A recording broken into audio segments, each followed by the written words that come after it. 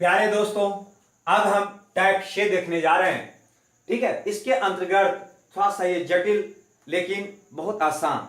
कहने का मतलब, अगर आपको एक त्रिभुज यहां पे दे दे, ठीक है, तो यहां पे बेस पर कितने त्रिभुज दिखाई दे रहा है? एक। यहां पे गौर करें, एन बराबर मतलब ये भुजा पर कितने त्रिभुज छोटे छोटे बन रहा है, तो आप कहेंगे एक एक दो। उसी प्रकार से देखो, इस भुजा पर भी दो, इस भुजा पर भी दो।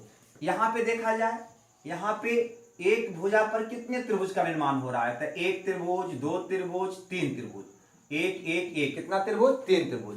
ये भुजा पर भी देखो तो तीन ही त्रिभुज बन रहा है। ये भुजा पर भी देखो, एक दो तीन ही त्रिभुज बन रहा है। नहीं, यहां पे भी देखा जाए, इन एक दो तीन चार, ये भुजा पर एक दो तीन चार, ये भुजा पर एक दो तीन चार, मतलब प्रत्येक भुजा पर चार चार त्रिभुज बन रहा है। हो सकता है आगे और दे, एक भुजा पर पांच पांच, छह छह, सात सात। क्लियर? तो जैसे जैसे ये संख्या बढ़ेगा वैसे वैसे आपको त्रिभुज गिनना मुश्किल होते जाएगा। अतः आप इस टेबल को याद रखें। अगर एक भुजा पर एक त्रिभुज का निर्माण होता है तो त्रिभुज की संख्या हो जाएगा एक।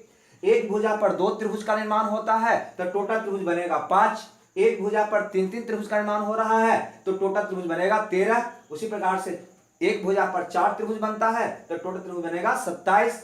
पांच बनता है तो 48, छह तो 78, सात तो 118, आठ तो 170। क्लियर?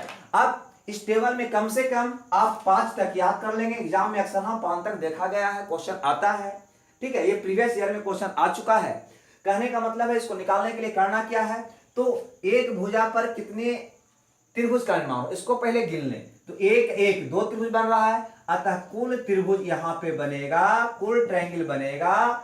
अगर दो बन रहा है एक भुजा पर तो कुल ट्रायंगल बनेगा 5। आंसर। उसी ढंग से अगर एक भुजा पर छोटे छोटे तीन गो त्रिभुज का अगर निर्माण हो रहा है, लेकिन ध्यान देना है सारे भुजा पर होने चाहिए, इधर भी तीन, इधर भी तीन, एक दो तीन, इधर भी तीन, तो कुल त्रिभुज की संख्या हो जाएगा, तीन है तो 13।